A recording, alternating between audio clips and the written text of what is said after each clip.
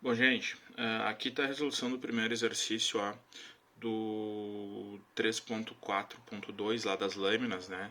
Que é o primeiro que fala da densidade linear, ok? A densidade linear é quantos átomos tem por o tamanho da direção, né? Na real, quantos átomos vai ter por um determinado comprimento, essa é a ideia.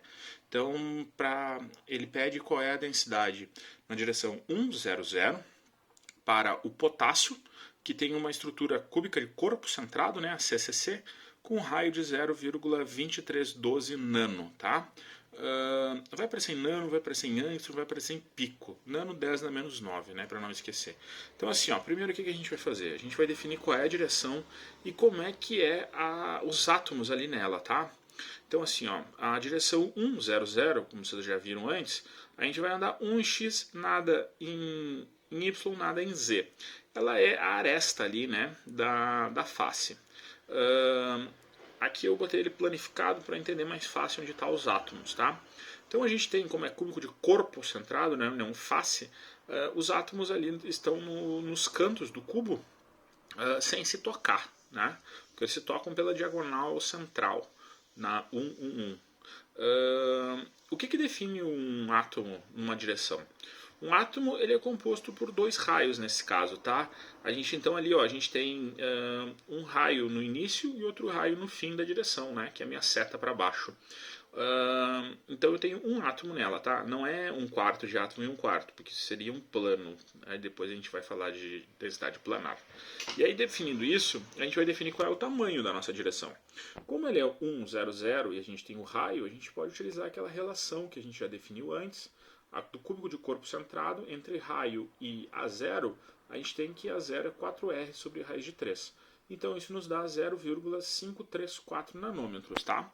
Fazendo a densidade linear, então, número de átomos dividido pelo tamanho da direção. A gente tem meio átomo e mais meio átomo, dando 1, dividido pelo 0,534 nos dá 1,87 átomos por nano, tá? Aproveitei e já fiz aqui, fator de empacotamento e distância de repetição. O que o fator de empacotamento? Eu tinha já dado uma chupada de bala aqui, não quis fazer tudo de novo. É o quanto da direção está composta por átomos, tá? Ou então o máximo dela é 1, né? É 100%. Então eu tenho número de átomos vezes raio vezes 2, já que um átomo é um diâmetro, dividido pelo tamanho da direção. Isso nos dá 2 vezes 0,2312 dividido por 0,534 nano. Corto nano com nano, 0,866 ou 86,6%, tá? E a distância de repetição é a distância entre o centro de cada um dos átomos, né? Olhando o nosso desenho aí, a gente consegue ver que é exatamente o tamanho da direção entre o centro de um e o centro do outro, né?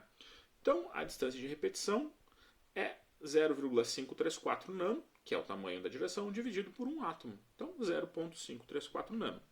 Eu aproveitei e fiz aqui o mesmo exemplo para a direção 110, que é a diagonal daquele mesmo plano ali que a gente tinha feito a aresta antes, né? Então, o que vai acontecer? Olha aqui. A gente tem agora uma menor quantidade de...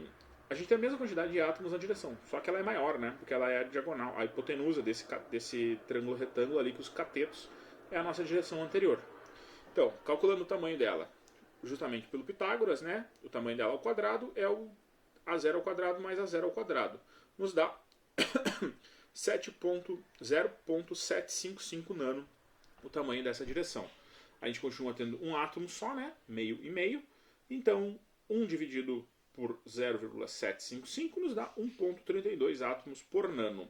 Qual o fator de empacotamento? O fator de empacotamento dela é 2 vezes o raio dividido pelo tamanho dela, nos dá 61,2%, tá? E a distância de repetição, no mesmo caso que antes, eu tenho só um átomo, então é justamente o tamanho da direção. 0,755 nano, ou 7,55 angstroms, né? É o tamanho da nossa direção.